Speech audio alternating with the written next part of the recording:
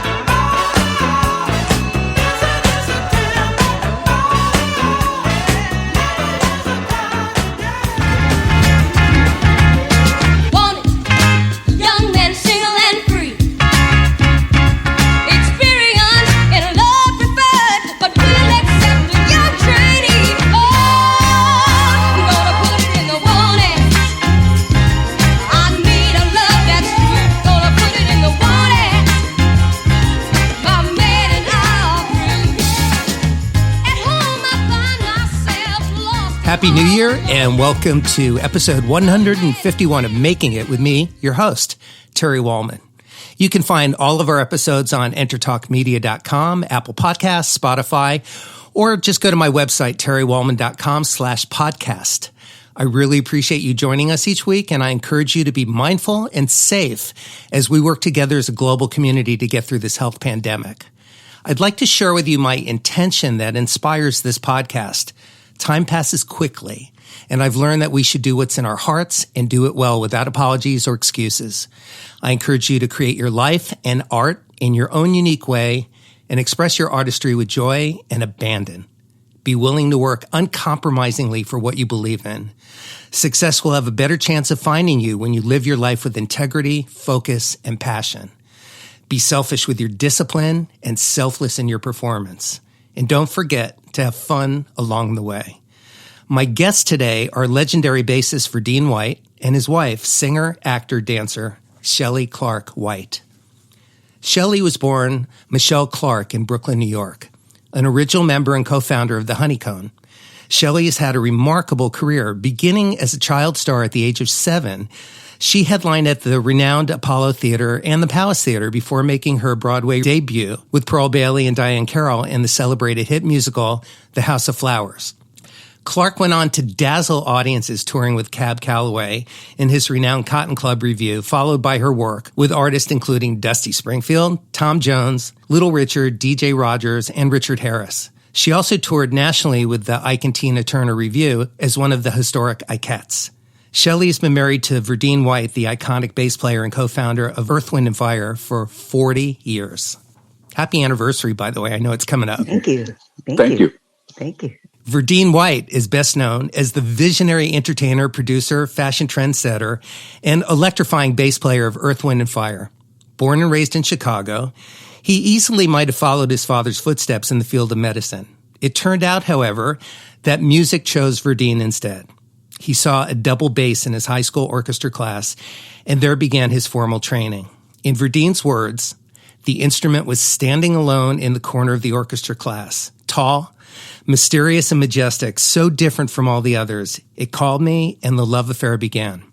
After performing several years with the Chicago Symphony Orchestra, Verdine continued playing in local jazz clubs throughout Chicago and neighboring cities, which allowed him to perfect his unique electric bass style and technique.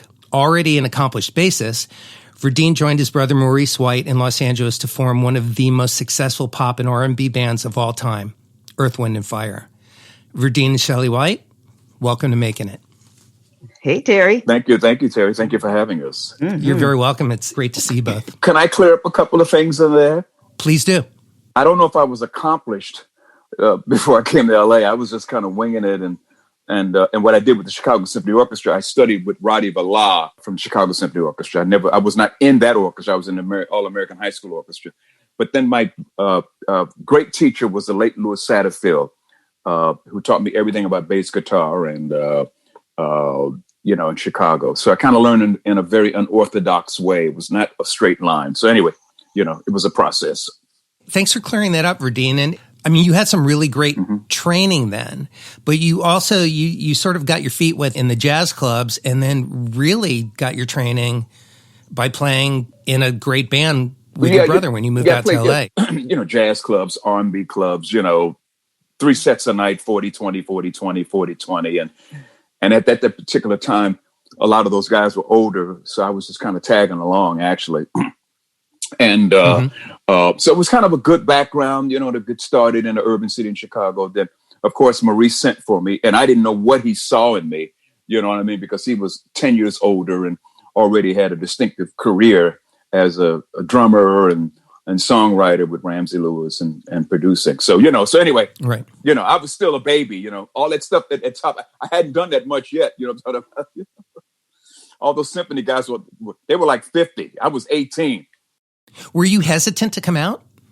Not at all. Not at all. Let's just jump into our conversation. I wanted to kick off the new year with joy and positivity, right. And I couldn't think of a more perfect way to do it than to do it with the two of you. I wanted to start off our conversation by asking the difference between focusing on becoming famous and becoming excellent. And I want to ask both of you, but let's start with you, Verdine. I went with excellent first, Yep. I didn't know about fame, that was like an oxymoron, but I wanted to be really good at what I did, and working at it. And I still do work on it, and constantly growing and things like that, so I think starting in music, the way I started it was about the work, and how, all that, Yeah, and you say you're still working on it. Yeah. I work on it every day as well. Absolutely. And because it's who you are. I mean, it's part of your journey. It's what your purpose is, and things like that, where we get a chance to like constantly grow and value what we do and things like that, as this pandemic, I think, has taught us all, what I mean, that, this is who we are, and who we are has to wait a little while before we get back to it. Right. Right. Yeah. So true. Mm-hmm. Shelly, I'm asking you also, you've been performing since you were a little girl and you came up in a musical family. And I'm asking this in the context of, we're watching a generation of people coming up that don't understand the value of hard work. That's true. That's right. Of just really learning what it means to be a musician. Mm-hmm. Mm-hmm. So what's your perspective on fame versus excellence? I had parents years ago, a long time ago, that noticed that when I was 2 years old, my mother told my father, "Oh my God," she was playing the piano. She said, "Oh my God, this girl has perfect pitch. We ought to teach her a couple of songs and see what she can do." So they taught me the 2 songs that I remember when I was like 2, 3, 4 was "How Much Is That Doggy in the Window?" And I think that was an oldie by Patti Page. And "Never Smile at a Crocodile." And they entered me in this pageant and rehearsed over and over and over. So you can say that it was excellence to them first. And then with that, of course, you're going to get the fame after that. But you've got to, like you said, you've got to put the work in. And so the excellence is, that's first and foremost. It comes from hard work. And like you said, these kids today, they get it real quick and they get it sometimes without doing what we all did, which was natural then. You just study music. It's strange. Someone sent me a video of a young girl on YouTube. She must have been 12 or 13 years old, and she was singing one-ads. And I thought that was kind of cool in a way, because, that's the younger generation picking up our stuff, which is good. But like you said, I think it transitions into fame. And then you better not take that too seriously either, because, that comes and goes. And,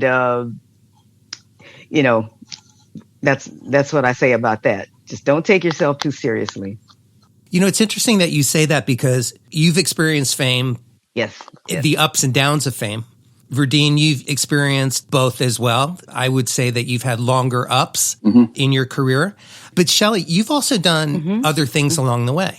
You've had a catering business. You work for Eddie Murphy as an executive assistant, I think for 5 years. You haven't been afraid to do other things. It hasn't diminished you in any way. I think, as a matter of fact, my guess is it's enhanced your life and your musicianship. And I think that's kind of cool. Thank you. It's all creative stuff, though, in working for a guy like Eddie.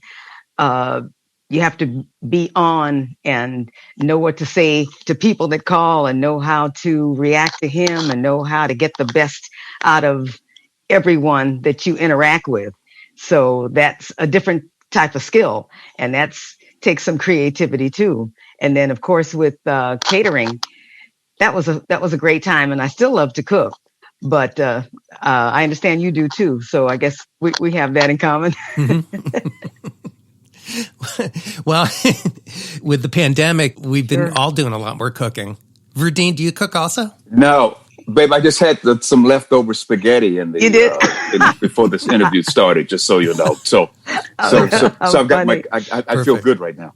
Okay. But I was going to mention, I think the young people, I don't think it's not that they don't value hard work. They just don't know about it. You know what I mean? That's not the first on anybody's lips today. But I think once they spend time with veterans like us, they ask a lot of questions. That's what I find. I find they want to know about a lot of things. They want to know what's it like, doing what you do, and what was it like way back then, things like that, and so I think once they're around the other generation, that I find them very inquisitive. You know what I mean?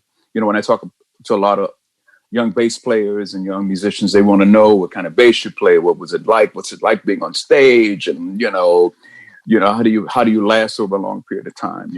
You're speaking of sharing information with younger musicians, and I know that you both and myself as well, we all believe in mentoring, and the importance of that. One of the things that I read is that you strongly believe that the key to longevity in youthfulness lies in hard work. You mentioned hard work, both of you. Belief of mind over matter, faith in a higher power, and solid family support. Can you and Shelly both elaborate on that, and also how your 40-year marriage and being a parent has played a part in that? You go, babe. You go first. Well, as you said, we've been married 40 years, and we have one son that is actually a sort of producer now. He produces his daughter, our granddaughter, and I don't know if you saw anything that I sent to you regarding her. Yes, I did. Yes, she loves the record industry. She loves singing. She's a model. She's fashion, but I'd like to think we had a great deal to do with, instilling values in him coming up, and he passed them on to her. And so, we love them to death. They are, they're great people, so I think we had a lot to do with that. Verdine? Absolutely. Well, first of all, our marriage is strong and we love each other, and, and she's the best quarantine partner you could have. And we're so busy around here, and as she said about our son Warner and our granddaughter Nyla, they're great people and very nice people, and they still like being around us, which is cool, which is really. You sound surprised. I guess we better. I guess we better use her stage name, Raina. Raina, right? Raina, yes, that's right, Raina. And but they're great when they come over. We've done jam sessions, of course, with her, and she's been to all of our concerts as much as she can in Los Angeles when we perform here. So, but it's great. We're very blessed. We're very blessed, and they live down the street, so we're very blessed. Right, yeah. Right. Yeah. Oh, that's perfect. Are you guys in the pandemic bubble together? Are you getting to see each other? Or are you kind of keeping a safe distance? Absolutely. Oh, that's great. They're coming tomorrow. Perfect. So it's making this time more bearable. Yeah, they walk past us and go straight to the kitchen. They'll be here tomorrow.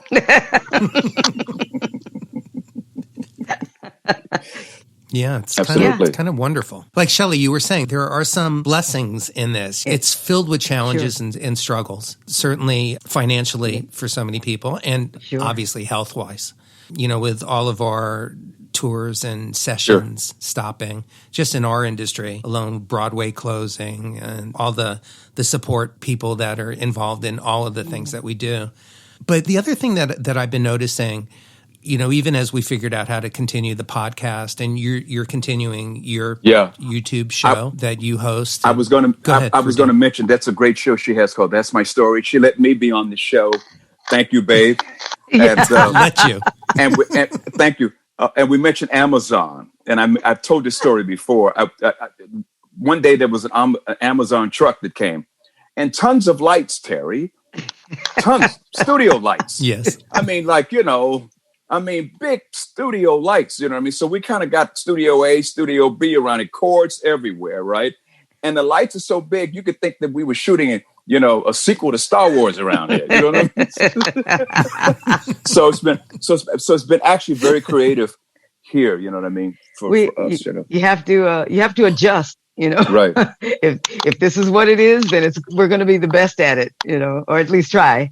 It is a really interesting time creatively. One of the things that I'm marveling at are the collaborations that have been happening creatively. There have been some songwriting and virtual recording projects that I've been involved in around the world that have happened that I was going to say might not have, but they would not have happened if it wasn't for COVID, because people are home right now. People are home and they're available and they're open and they're hungry to make music with each other. And just everybody stay tuned for some projects that are going to be coming out over the next few months and year that are going to be birthed from this very challenging time in the world. There's some good that is going to be coming out of this as well. And some cool babies being born. We had our godson. He and his fiancée, they gave birth 2 nights ago, as a matter of fact. So thank you. Congratulations. Thank you. That's good news. So you both believe that it's important to give back to the community and to the world in general. Why is that so important to you both? I think as we talked about with younger people and the younger generation, you have to give back because you have to, as we say, pay it forward, right, babe? Mm-hmm. All the time, you know what I mean? And could you talk about what we've done over there, the center, babe, that we put together? Oh, yeah. We, years ago, we have a huge building. It's maybe 20,000 square feet. And we said, well, we're going to have to do something for the community. And this is the Verdine White Performing Arts Center located in Los Angeles. Yes. But it's really Shelly's brainchild. She put it together, gutted the place out, and put Pastor Walter Davis, Walt, involved to help and things like that, Founded in 2010. Yes. It's been a long time. Yeah. And so I think you built the studio upstairs. Yeah, because the kids didn't want to listen to the sermon, so they went upstairs and did beats. And so we put a nice put a nice studio in there, and we went over there a couple of months before the quarantine, and it looks beautiful in there. We had a reception in there with food and all the people, and it's done great for the community, and it's actually now a historical landmark, I think, right, babe?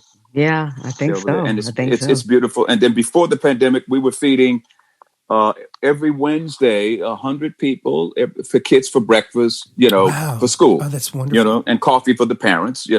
Now Walt said now we're doing every Thursday pickups, for food, free food for the community, free food, and because of course they've had a lot of problems. A lot of the parents need food now too, so the parents now are in line with the kids, but we're doing that every week now, So the organization encourages students to reach their fullest potential as artists and people, equipped with a well-rounded performing arts education and the confidence to take on whatever path they choose within the arts. And your purpose is to assist musically talented students living in underserved communities and provide scholarships, music lessons, and instruments. Yeah. and so much more. And it's a great it's a great building. And we're actually on our second generation of young people. In the beginning, at the sermons in the chapel, there were two young twins. Remember, babe, the two with the braids, the kids, right? Yeah, you know what I mean? Little twin. Now they're in college, and there's a whole brand new wave of kids. Absolutely, absolutely. You know, but we feel it's important. What was the conversation that prompted that? Do you guys remember like sitting around the dinner table just going, I have an idea? Kind of. You know, it sort of organically just came about. Well, we started talks about the fact that in school back in the day, there were instruments in every classroom. And you went to USC, right, Shelly? Yes, but I mean, I come from New York, and so I started off school there, and then private school because I was working so much. But it seemed like there was always access to music, and I went to SC on a scholarship. But backing up a bit, even in Chicago, where Verdine was born, they had access to instruments and teachers and lessons and things like that. And so, of course, the schools started dropping budgets. And so the first thing that left was the music. So we were just trying to figure out how to make a difference with this. And we had talks with some of the schools, and these teachers were like, oh, they were so thankful and so happy. Some of them were like trying to buy instruments out of their own budgets and, you know, a teacher's budget. So we stepped in and my parents were school teachers. So I know what you're talking about. Oh, okay. So my brother was too, and he was always buying supplies for his students. I said, pencils, papers? He said, you wouldn't believe it. These kids come to school and they have nothing. So we thought it was worse for music. So we said, let's try to figure out how to get some financial help into the schools. And we went to various schools, and they would do concerts. They do Earth, Wind and Fire music. And they were so happy. They wrote us letters of appreciative gratitude.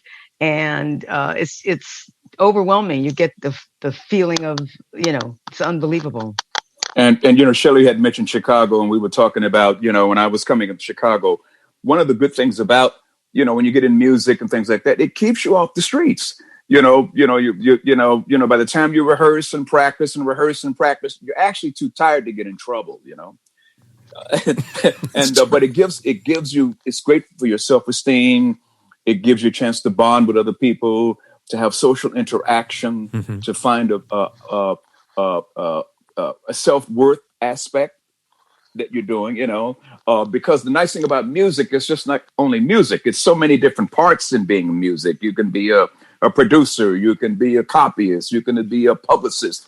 You know what I mean? It's all part of the whole thing. So you actually have the opportunity to sort of discover in the process what you might want to be, you know? Right. And what you might not want to be.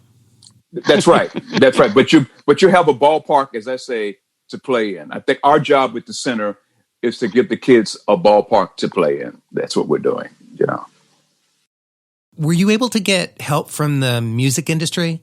Support from, for instance, Yamaha? We did one. Roger Sadowski, my bass sponsor. Roger did one, and we had one ceremony for one of the young kids, and Roger's basses are running anywhere for, like, you know, they're very expensive, $2,500, $3,000, and the kit. He does, and they sound beautiful. They sound. He's a wonderful person too. Roger is, and we consider him a friend. And he's donated a lot to the center for us too. Yes. We might want to say he's one of our main sponsors. Absolutely. And along with Live Nation and a few other individual, but we get instruments from all over. Actually, our doctor donated a keyboard to the center. Right. You know, and so we've been really getting a lot of help. We had one ceremony, and the kid is like 10 years old or something, 10. And he was there with his parents. We all took a photo op, And I said, this bass is $3,000. The parents almost screamed. You know what I'm talking about? And they looked at him like, you better practice as much as this is. You know what I mean? You know? Right. That costs more than their car. Right. Absolutely.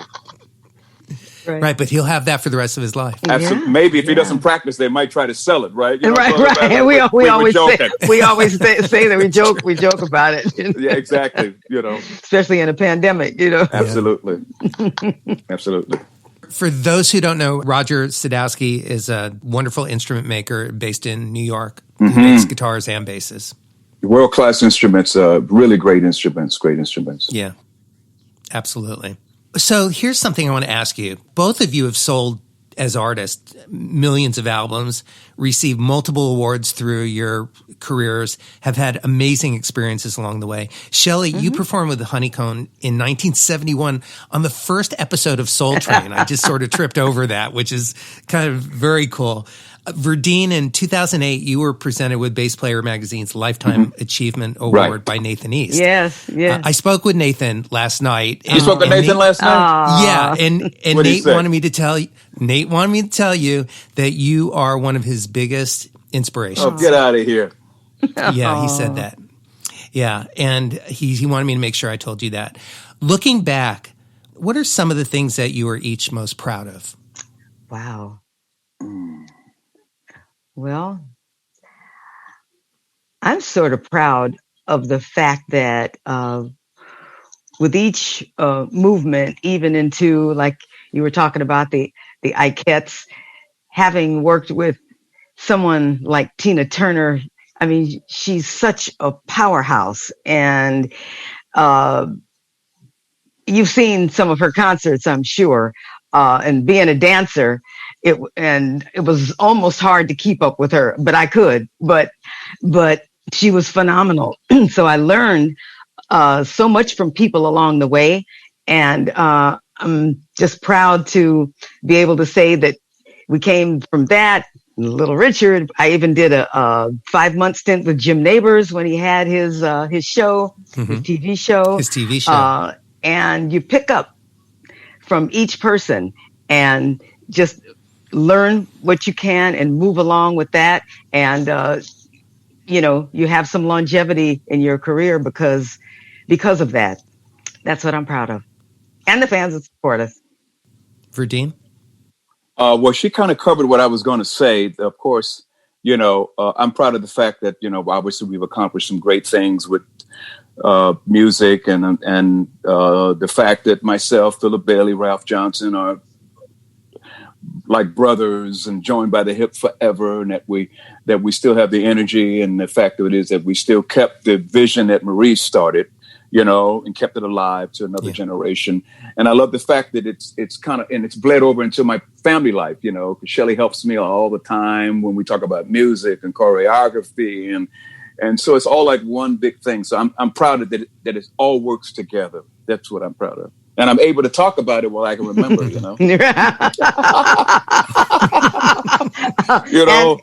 And we're proud of a 40-year marriage, especially in a pandemic. I hear that a lot of people are like, "Oh no, another day with you, locked inside." Right. And it's a joy with him. Well, I marvel at the idea that you've been married for 40 years and the way that you love each other. I've just seen the way you look at each other from across a room, just at somebody's house together. Those little moments, that I can really see what you have. And it's kind of cool. It inspires me. And I know that you're blessed. There's some luck involved. I know it takes work, and I don't over glamorize anybody's relationship, but I applaud you. And it makes me happy when I see the two of you. Thank you. I think it's pretty wonderful. Yeah. I get joy from that. So let's talk about health. Because you're talking about, you're glad that you can remember, Verdine. I can relate. Right. You get those moments, don't we? Yeah. Right, absolutely. Yeah. All the things they didn't tell us. That's right. Getting older. That's right. They didn't tell us. It's important to the three of us to be healthy, physically, mentally, spiritually. I know that you attribute keeping fit with a daily regimen of yoga and meditation and working out and eating a healthy diet. Can you both share your perspective about living a healthy life and what that means to you, and also how that perspective has changed through the various stages of your life. Were you both that way when you were kids? What does it mean to you? How disciplined are you in your health? Well, I think we're pretty disciplined. Go ahead, baby. Go. I think so. No, go ahead. I think we both are, you know what I mean? From my perspective, a good workout routine is great. You know, we do work out here at the house all the time. And then, as the years went on, I had to bump it up, for my stage performances. You know what I mean? Right. We're out there two and a half hours, you know what I mean? And you have to train for that. I mean, like about a couple of months before a tour starts, I'm in there. I'm in there because I need it, for the back end. You know what I mean? Like, like if you start a tour in March, by the time you get to the Hollywood Bowl in September, you want to have some legs left. You know what I'm saying? That's what we call it in the business. And you try to get your rest as much as you can. You know what I mean? Because don't forget now, you're not sleeping in the same bed, which is great for the quarantine because I've been in one bed for almost a year now. And right. And you don't. Sleep is underrated. Absolutely, it is. And sleep is medicine. Right. And you're in different places every day, and different climates and things like that. And then you have to keep what you do of your show at a certain level every night for the people that didn't see you, because it's not the same audience every night. And so we have to sort of treat our bodies like athletes. I so agree. Same thing with practicing your instrument too, right? Absolutely. Yeah, I practice every day. As a matter of fact, remember the other night I said, "Did you hear me practicing, babe? I didn't make too much noise, right?" Late at night, 2 in the morning. 2, 3 o'clock in the morning practicing. What is your practice regimen? Do you switch it up, or do you still work on your upright just to keep some physical strength? Or I took a lesson last year. It was so horrible. I got it in the closet where it belongs, in the corner where it belongs. But it's good for technique. You know what I mean? But I do practice on my other basses, and I'll pick a bass a night and I'll switch around a little bit on them, and I'll listen to some things and work on fundamentals. And then I might I listen to a lot of songs, you know what I mean?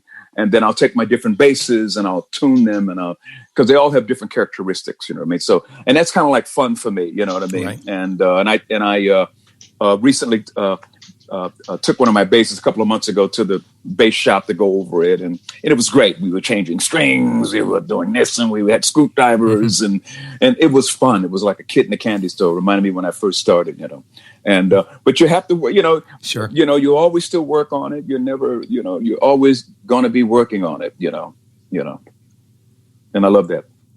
Me too. Shelly, do you vocalize every day, or are you not one of those singers? Do you just do that when you're on the road, or when you're usually ready for sessions? Right before stage or right before sessions? Not normally. Maybe singing in the shower, vocalize a little bit in there. But I was going to say about the health regime. I was fortunate. I had a mother who was a maverick and a real visionary. She was a vegetarian, almost even a vegan in the 40s. Wow. Before it was heard of to do something like that. And so she passed that along to us. I never remember having candy or. So we used to get carob instead of chocolate, and the sandwiches I took to school, I had to eat alone. The girls would laugh. "What do you got in there? It looks like salad." I said, "Yeah, it is salad." A salad sandwich usually from the night before. And so on the road, and still even now, I always take food with me. Like on the road, the waiters, they would all laugh and they'd say, "Oh my God, what do you got in that bag?" And I'd have my own sauces, vegan mayonnaise and maybe avocados and things like that. I've done that for years with the honeycomb everywhere we went. And then I started them doing it. And then so we would all go into restaurants or hotels, wherever we stayed, and have our own food. And even now, right? Maybe people laugh. Remember we were in London at the hotel? Yeah, right. Terry, we were at the hotel. We were playing the Proms, right? And we were at the hotel. It looked like we had been living there for 20 years. we had all of our own food. we had, exactly. We had a juice. We had a juicer, right? Making juices. Juicer, My people. I love you guys. Do you practice yoga also, or is that not your jam? No, I don't do yoga. Verdine loves yoga. He's like advanced. Those poses, look like a pretzel. Yeah, I live with a yogi too. So yeah. Oh yeah. What helps is actually being double jointed. So that kind of helps for me, right? You are right. For real? I am. I was as a kid, and but it's great. It's good for breathing and it's good for overall health. Yeah. That's the one thing I think that's one of the reasons why we all came to California from different parts of the world and different parts of the country, because I think California offered us an opportunity to just to see a different type of consciousness when we came here, and a lot of sunshine. Yeah, that's right. A lot of sunshine. Yeah, I would agree. I also was drawn to come here because I felt like I wanted to play with the best musicians in the world. And that meant to move to New York or LA. Absolutely. And honestly, I grew up in Miami and I had gone to college in Boston and I was cold. Sure. I didn't want to be cold anymore. I just didn't want to live in New York. But there certainly the draw was the idea that there was more an open heart mindedness and the best musicians are here, the best writers are here, the best directors are here, the best managers are here, the agents. It's and what's interesting when you hear about Los Angeles from other cities, they say, oh, they're so fake and blah blah blah. Actually, this is really a community of great people here. It's not what everybody thinks. Everybody gets up every day, they go to work. And to do what they do. And in this pandemic, those people at restaurants that we know and things like that who are having a tough time, our heart goes out to them because they are part of our community as well. So this is a city of actually a community of people that work every day. You use the word community 3 times, and I so agree with you. It's a really important word. And I feel it. I certainly feel it in our tribe of musicians. And, I moved here later than you guys did. Okay. I moved here in 1981, but I've been here a long time, and it's something that I have such gratitude. Absolutely. The biggest win for me in having moved out here is the friendships. Absolutely.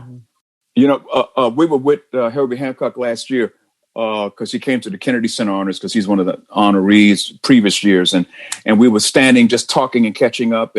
And he said to me, Verdine, we were very lucky that we came to Los Angeles. That's what he said. Wow. That's what Herbie said. He said, we're very lucky we came out to California. That's what he said. And him being a jazzer out of New York City, and he came out, in the early 70s himself, yeah. That's so true. Mm-hmm. I want to share just a really quick story that ties us together in a way that I never told you guys. And just to share with our listeners too, that kind of sums up our lives in a really interesting way. As musicians and artists, we often get called in our careers to do unexpected things. One of those calls for me in the early 80s was from your record label to transcribe and create lead sheets for all of the songs on your latest Earth, Wind & Fire album. It might have been in 1981 or 82. I don't remember which year. I was given a test pressing with no artwork, no charts, no information other than a publisher deadline to write lead sheets and send them off to a copyist for the publisher. I guess it was just for publishing. The one thing that I marveled over was the sophistication of the songs. There's such an incredible balance, a beautiful balance of simplicity combined with remarkable harmonic choices in all the songs. It was like a masterclass in songwriting and arranging for me. It was such a cool job that I did, especially with no information. And I had asked, because your album was done. Clearly somebody had written something out because the horn arrangements were done. Again, it was already mixed and mastered. But I had requested chord charts or something, wasn't given anything. But it was a beautiful challenge to really dig into every part. Like I had to essentially transcribe your bass parts to get an idea of what to call the chords. Okay. And listen to the horn parts and listen to the guitar parts and really figure it all out. But it made me, I don't know. It brought me into your world on a whole nother level. Mm-hmm. We have to thank Maurice for that, because his ears were so big, and his background of jazz background and hit records, because he was a hit record making drummer before Earth, Wind & Fire and playing with Ramsey Lewis. So we have to thank him for that, because those are really the brainchild of him putting all different types of music together. And actually, in recording with him, it's like a master class when we would record with him. And I always thought that if you could work with somebody like him, you actually could work with anybody. You know what I mean? Because of his skill level as a musician and as a leader. So that's attributed to him. We were just kind of like following the blueprint. You had said earlier in our conversation that you were kind of inexperienced when you moved out here, even though you had definitely paid some dues by playing in clubs, and you had some great people that you had studied under. Did you feel up to the task, or how did you get so good so quickly? It was gradual. I lived with Maurice for 2.5 years, so we were together every day. He'd play me records, and if he was doing a project, he said, "Don't forget, bring a bass." That was always his thing. I might need you. Bring a bass. I'd stand in the corner, bring a bass. And Maurice always would talk to me about the feel. And then he said, "Listen, don't worry about all those notes. Play what you feel. Take all those notes out of there. You know what I mean? If you mess up, I can always go back and get it." So it was very free-forming and creative, and it was a journey. So it wasn't like so much that I lost my way. I didn't even know I was up to the task, because we were doing it every day. Then, okay, we're going to work on a record here. We're going to do this here. We're going to work on a soundtrack here. And you know what I mean? And I could make the mistakes along the way too. And in finding my own style, Earth, Wind & Fire gave me an opportunity to find my own style. I don't think I would have been able to find my own style in another band. You know what I mean? He let me, as well as all of us, be free, because he was a free person too. What he had, Earth, Wind & Fire, was really different. And I think you had to think differently to be in a band like that. That's what I discovered about transcribing that record for you guys, was that it was incredibly cohesive, but everybody had their own voice. Yeah. There was such a unique individuality to each guitar part, the bass part. Everything spoke individually, and then it just connected in a very cohesive way. And because he was a drummer, he knew where the groove was going to be when he sang. And probably, I think Reese was one of the best singers of a band. If you listen to those tracks, and if you listen to his artistry, as an artist, you know what I mean? Just the way he sang and where he set that vocal, you know what I mean? He's one of the greatest ever in that, and actually kind of underrated too. When you put him in there, the band is huge, but as an individual artist, you know what I mean? His work artistry wise, and don't forget now, he didn't sing before he got in Earth, Wind & Fire. I didn't know that. That's right. He was a drummer, right, and played for Chess Records. He was a studio drummer, and right. That's right. Then he picked it up. He's just started singing. That's crazy. Wait, and it's his birthday tomorrow. It is. Hey, right, tomorrow. That's right. His Maurice, birthday. That's right. Bless.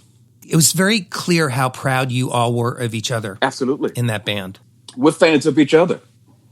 I'm a Philip Bailey fan. Mm-hmm. Shelly's a Philip Bailey fan. Right. Ralph and I are close. He said he wished he could be a bass player. I said, I wish I could be a drummer. I'm glad I didn't become a drummer. I wouldn't have had a gig as good as those guys were and are, but we're fans of each other, as people, and we love each other and as guys and basically we grew up together on Earth, Wind & Fire. We've done different things, of course, but, we cut our teeth on this music, and we're always still talking about music, discussing music. And when we did the Kennedy Center honors last year, it was a great moment for the three of us to sit up there and for Shelly to be there and Susie and Val. And it was a great moment for all of us. That was one of those moments where I really saw how proud you all were of your brother. Absolutely. Really beautiful. The love. Yeah, it was a great moment for him. Yeah. I have a personal question, like a family question. You don't have to answer it, but I discovered that you changed your family name. Right. At some point. What inspired that, and who made that decision? Maurice and I made the decision together, but it wasn't a heavy decision. because every time we would go to meetings, they said, well, how come your last name is Adams? His last name is White. We said, we better put it together. It was that simple. Okay. It wasn't that heavy. And in some interviews, people had referred to Maurice as my stepbrother, but it never felt like that because he was around us a lot. And you know what I mean? It wasn't that big of a deal. You know what I mean? And he was, he was around, although he grew up in Memphis, he would come to Chicago every summer. But then as the years go on, him and I just got like really, really close, although there was a big age difference, you know what I mean? But it was cool. It wasn't that big. You said it was 10 years? 10 years. That's a long time, in terms of a point of view, and, but, we were starting a band together and sometimes he just like, maybe Reese just wanted to have, got me around to have company, you know what I'm talking about? Maybe just, have somebody to talk to, you know what I mean? And, but we would talk about a lot of music and for Maurice, not only, for us, Earth, Wind & Fire was a dream come true, but for him, because don't forget now, he started it, you know what I mean? He made a huge risk in leaving a very successful trio, Ramsey Lewis, which was as big as it got then. He could have stayed with that forever, but he decided to have a band that did all kind of music, fly through spaceships, things like that, levitate. So, You guys were absolute risk takers on every level, rubato intros on a pop R&B tune for Top 40 radio and large production, big budget stage shows. Again, you're saying lasers and light shows. You also, even the complex recording studio. I mean, you bought a building. When people weren't doing that.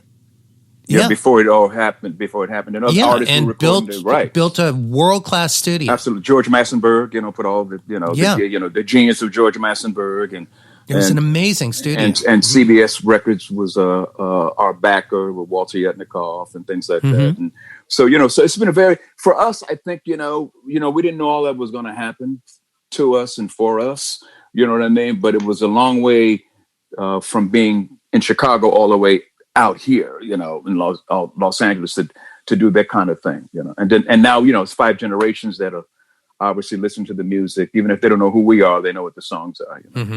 That must feel good. Yeah, it's kind of different, and people now because you go through different phases, like we talk about, peaks and valleys. Now we're at the part now where people thank us for making the music.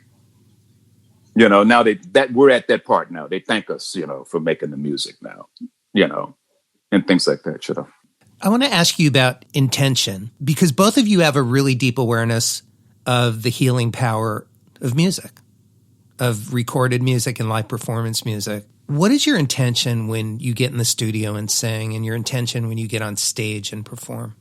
Go ahead, babe. When I'm on stage, I just want to make people feel wonderful. And I want them to leave one of our concerts, even if it's with Tina, leave satisfied and leave happier than they were when they came. But I mean, I've heard stories about music healing certain patients and people that tried everything.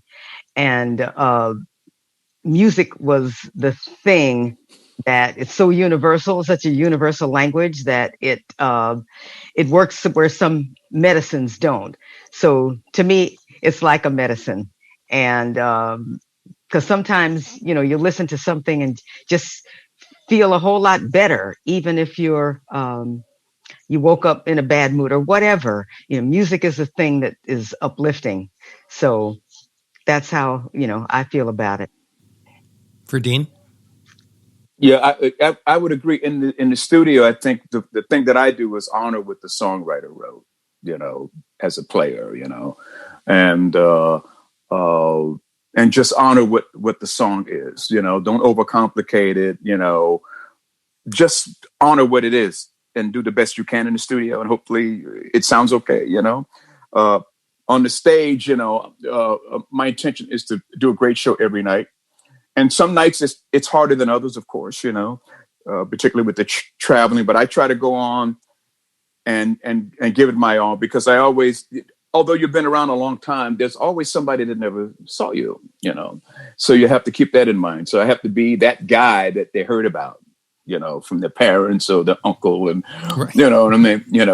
Right? They hear about, oh wow, yeah, I heard about that. And when we did the Hollywood Bowl last year, we were rehearsing for the show in the afternoon, and I was going all out. And Philip said, "Hey man, slow down. Well, the show's not ready yet." But I was so happy to be there that I said, and I did tone it down, but I was glad that I broke a good sweat so I could be ready for that night. But I go out there intentionally wanting to do a great job.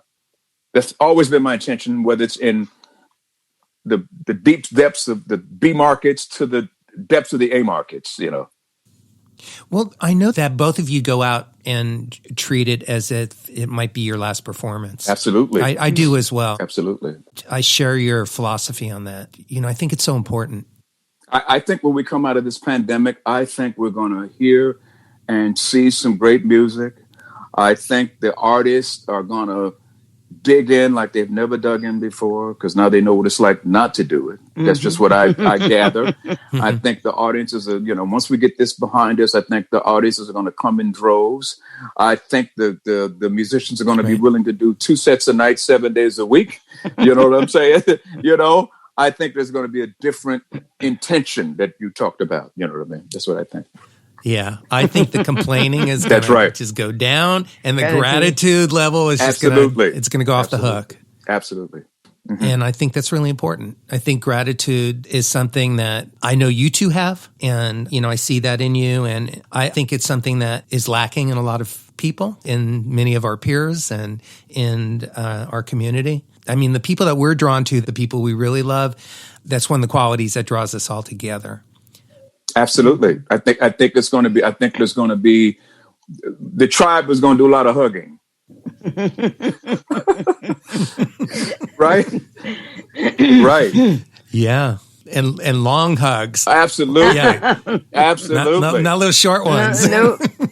As we're getting towards the end of our conversation, I want to ask you a couple of questions about life. And one of them is, what lessons about art and life have you learned along your journey, and what's changed about your perspective on that as you've gotten older?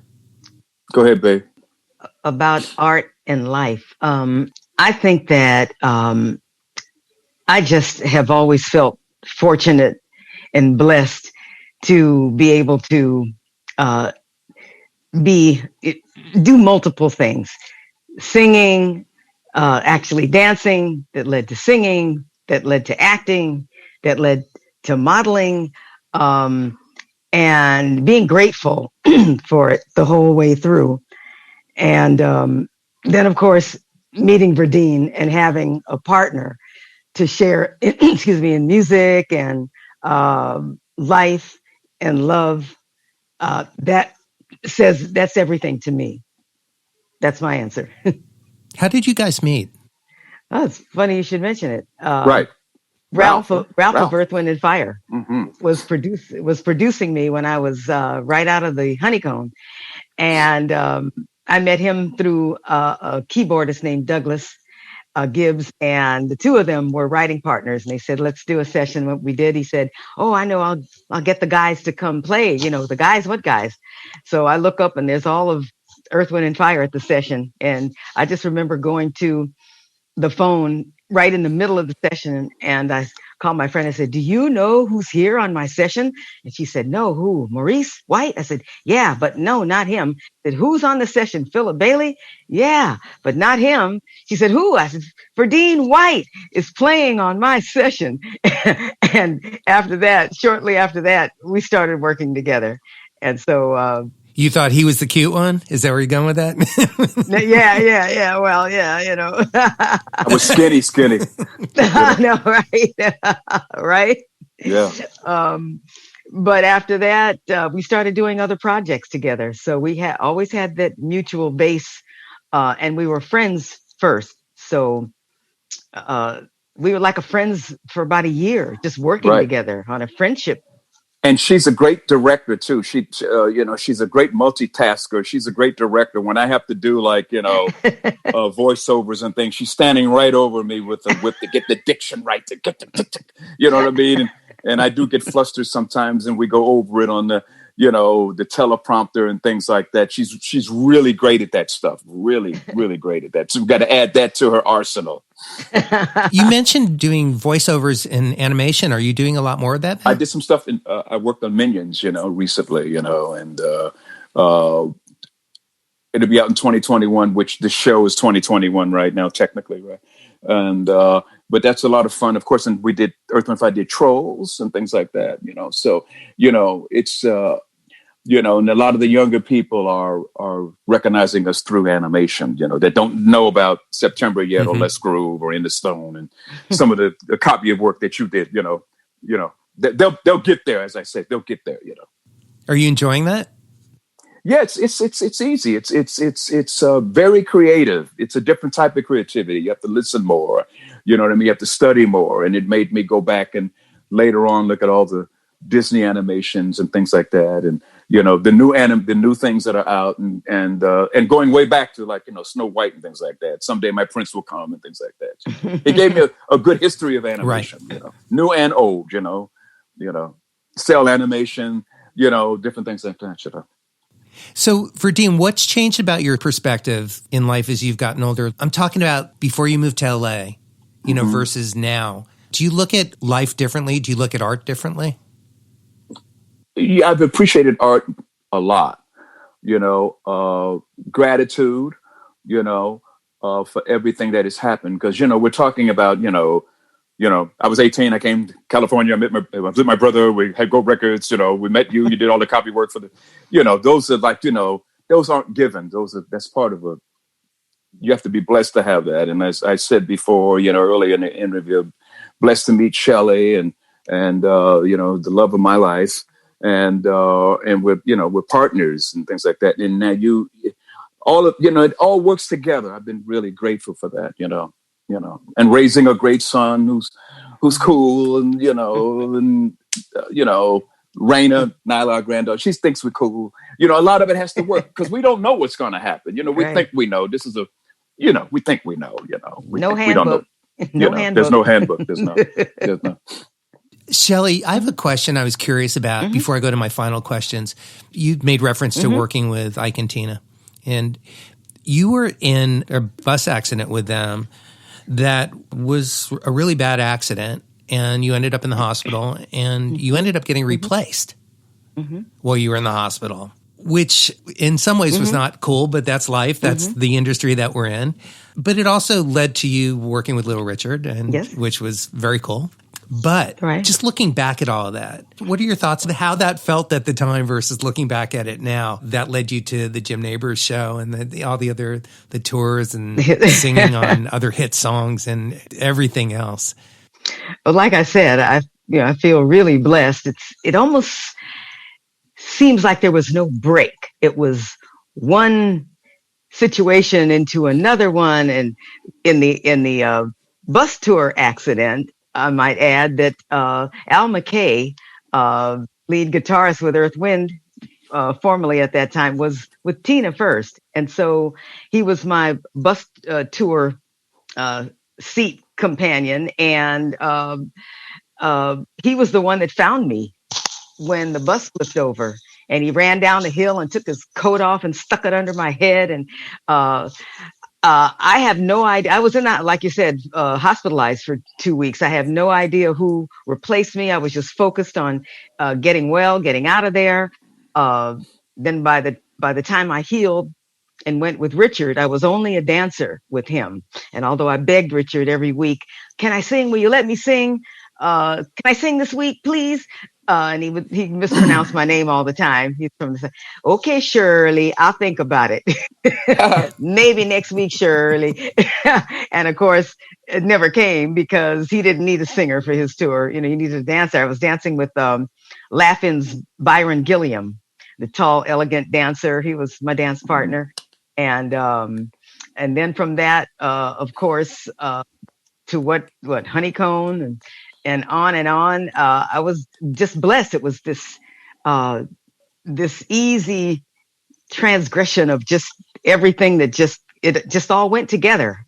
And so looking back on that, all I can say is, I thank the higher powers. I thank my parents for instilling in me excellence to practice and always think about what you're going to do next and diversify, dance, sing. Don't just depend on one thing. In school, be a typist. Do things that you'll be able to fall back that will help you. In which case it helped us to learn the business of show business. You never want to just be the creative end. We always tell people, learn the business, learn the management, learn the royalties, learn that whole system as well, and be well-rounded. So it's been a blessing for me. And Verdine, your dad played sax, right? Besides being a doctor. Mm-hmm. Yeah, he was a doctor, but he played saxophone. So he really was, he understood music. I don't know if he ever knew we would be professionals, but I think he wanted us to get into music to be with each other at home. And he bought a beautiful home and we rehearsed in the basement and the musicians we used to be kit players. So they would come and rehearse at our house because we had the basement and the food, and, so I think he didn't know, but I think he probably was hoping we would be, probably doctors like him but we ended up being musicians, but it was a great fun at our home. It was noisy and the holidays were always beautiful and it was always noisy, a lot of music and the radio at that time, the record player, we called it, right? Things like that. So but he played saxophone. So I still call it that. but he made us. He made me take lessons to learn the structure of an instrument and that, when I look back at it, the discipline of an instrument, the discipline of music. Yeah. I love that you said he made me take lessons because that's my experience too. Yeah, because you just want to jam, man. The original garage band, right? For real, we're just going to work on some songs, man. You know what I mean? And we're going to be groovy and we're going to be big, right? But right, that's not necessarily in that order, but that's what we were thinking, right? But he made us take lessons, and you got to go to lessons every week. You got to prepare your lessons. You got to be on time. You got to be ready for the next lesson. You know what I mean? The teacher might scream at you, and I was so skinny and I was working on the upright bass that it was so big I fell on the floor at the lesson. You know what I mean? I was using German bass, you know what I mean? And so I had to use a German bow, which was too big for me. And I fell. And he said, I think we're going to have to go to French bow. And sometimes I didn't want to go to the lesson. Sometimes I was scared, you know what I'm talking about? Because if I made a wrong, he pat me with the ruler on the hand. And don't forget the hand positioning. Don't forget, you know what I mean? Put the thumb right here. Don't forget, go back to second position, third position. It was a pain sometimes, but the more you did it, the more you understood it, So I'm grateful for that, Yeah, that's when teachers were allowed to hit us. Right. Wait, in my case, my father. Right. You didn't want to mess up. Right. You talk about some of the legendary fathers like Joe Jackson and Beyonce's dad. My father was the original. Okay, we had to do dance routines and singing before homework. No homework. We're going to rehearse first. Your dad was from Barbados. He was self-taught dancer, singer, and entertainer. Yes. He sounds like he was an interesting guy. Yes. A handful, man. But we moved out here because he had visions of, my kids in Hollywood and things are going to go great. I mean, it didn't go quite that way with my brother, but, some great things still happen. Verdine, let me ask you one more personal question before I get to the closing question of the show. Where did you get your swagger and sense of style from? The reason I'm not fashion. The reason I'm not on camera today because I have no swagger and style right now. That's why you ain't seeing me. But that's why my part is audio. That's right. Yeah. For the record, I cannot see Verdine today. Absolutely. But I got Balmain sweats on, okay? So you'll know. But have you always had fun with style and clothes? Yeah, as a kid, I used to wear suits to school. You did? And when I was 15, Maurice gave me all of his suits he wasn't wearing. They was silk and they had linings in them. Wow. And I was putting it together then. I mean, really putting it together. You know what I mean? Then as time went on, I was able to just do different things. And then I started getting custom made clothes. And actually, Maurice and I started getting our suits made out here. You know what I'm saying? And it was, it's just one of those things. And I am in show business, right? And I was able to develop my style. So I kind of put things together that are kind of different and things like that. And when other stylists would come along, they'd ask me questions. So what do you think? You know what I mean? And things like that, So I've always admired other people that dress really well, Miles Davis and things like that. And I'm a big Ralph Lauren fan. I thought his work is beautiful work, really aesthetically beautiful. You know what I mean? And different designers, Calvin Klein and, Dolce & Gabbana, all of the big fashion houses, you know what I mean? Things like that, Do you work directly with some of the big designers like Dolce & Gabbana or Tom Ford? They've given me clothes. Yeah. Yeah, they give me stuff. That makes sense. Yeah. I would imagine. They give me stuff. Good. Things like that. Right, babe, I just got some Dolce & Gabbana pants that I got. And they so they give me things, to wear them, and they said, you can keep them, just say Dolce & Gabbana. This is right. And Boateng. That's right, Oswald Boateng, wonderful designer, African-American artist out of London on Savile Row. His suits are beautiful. Beautiful. I mean, just go. And he's built like myself. So, well, I think he makes for slender men. So perfect. So he really gets your style. Yeah. Yeah. And he originally worked for Christian Dior. And I had an opportunity to meet him and spend the afternoon with him. And he cut a suit for me and he had it ready the next morning at the hotel in London because we were leaving. I said, Oswald, I'm leaving at 10 o'clock in the morning. How are you going to get it done? At 9:30, knock, knock, knock, and he had the suit ready in an Oswald Boateng bag, beautiful bag. Wow. And I said, I'm going to take the bag on the plane. So everybody's Oswald Boateng,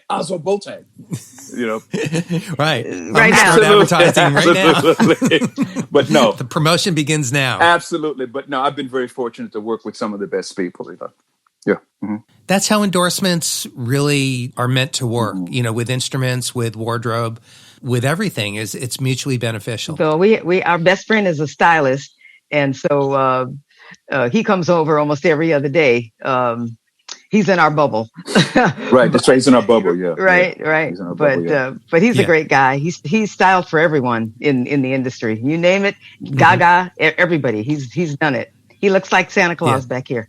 That's right. That's right. Right. That's great. Right. Well, my closing questions that I ask all of my guests are this. Since this show is called Making It, and I'll ask this of each of you, what does making it mean to you, both professionally and personally? Go ahead, Beth. Making it. I would say that making it is just a good balance of everything in your life. You can't make it with one area out of sorts. Personally and professionally, everything just has to gel. You want to make sure you've done great work, clean work, good work that your fans respect. You want to keep a certain level of excellence for them. And especially you want to make sure that you give back somehow, some way. You have to remember to do that because it's just really important. We stand on the shoulders, there's no Beyonce without Tina Turner, that kind of thing. You have to make a concerted effort to see where you can give too. For a lot of us, it may not be musically or some other kind of way, but we're all in service to each other. I think that's why we're here on the planet. We're here to serve, and you just have to find what way you can do it best, and you'll have a well-rounded life. Go ahead, hon, your turn. She took most of everything I was going to say. I think you have to serve. I think you have to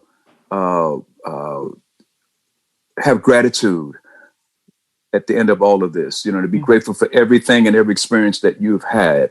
You know what I mean? I think you, as you say, you stand on the shoulders. And I think what you have to do is to leave a legacy for the people that are behind you. Because I think where we are now, we're in the legacy building phase now, so when people hear that music, they say, oh, I remember that group, or I remember that skinny guy, with the long hair running around. You're leaving a legacy so they can say one day, maybe I could do something, you know what I mean? Because just like we are, then we have to thank all the people that we opened the door for us, as we were talking about Shelly's, father and mother and Maurice and all those people that opened up the door for us to be here, Beautifully said. Verdine, starting with you, can you share 3 tips for success that have driven your career? I have like 30 tips, but well, first of all, 3. I said the first one is to do the work. Do the work. Stay humble, say your prayers, and at the end of it, be grateful. Be grateful. Be grateful. Shelly? Yeah, I was going to say almost the same thing. You got to have the discipline. Without that, there's nothing. Joy in whatever you're doing, even if you're falling on bad times. And of course, like Verdine said, being grateful and humble and thankful for your talent and the fact that you can actually entertain people for a living. And sometimes you think, I would do this if I didn't get paid. In a way, I mean, it's nice that, you get paid, but in a way, you approach it that way too. I just do this because I love it. And that's my 3 tips. And my final question, and Shelly, I'll start with you. At this point of your life, with everything that you know to be true, what would you tell your younger self if you could? Little Shelly Clark getting ready to go on stage at the Apollo. I would probably, because I was always nervous and uptight, I would probably say, relax and go with it. Don't take yourself so seriously, even though your father's standing over you, ready to, whatever. And enjoy yourself more, because I think we have a tendency to get caught up. Am I there yet? Am I going to make it? Okay. Am I there? And so go with the flow, take it easy. And like Verdine said, pray a lot. So that's what I would tell my younger self. Thank you. And Verdine, what would you tell your younger self growing up in Chicago? The older self would tell the younger self, you're on the right track. Keep doing it. Because I didn't have to figure it out. It was just there. And I just walked right down that road. That's what the older self, just keep doing it. That's what the older self would tell the younger self. Mm-hmm. Perfect. That's great. It's been really a joy to have the 2 of you on the show. Thank you, Terry. Thank you for spending the time with me. And it's great to just actually have some time together, unedited. And the coolest thing about doing the show for me is just the blessing of being able to just sit and have a long conversation with friends. Mm-hmm. To get to share conversation with people that I love and respect. Thank you for having us. Thank you for having us. It's been This great. went too fast, Terry. This went too fast. I know. That's the downside of doing this show. We'll come back for part 2. The door is always open. You're always welcome back. Absolutely. And I promise you'll see me on screen next time. Okay. All right. I look forward to that. All right. Everybody, thank you for joining us, and stay safe, stay inspired.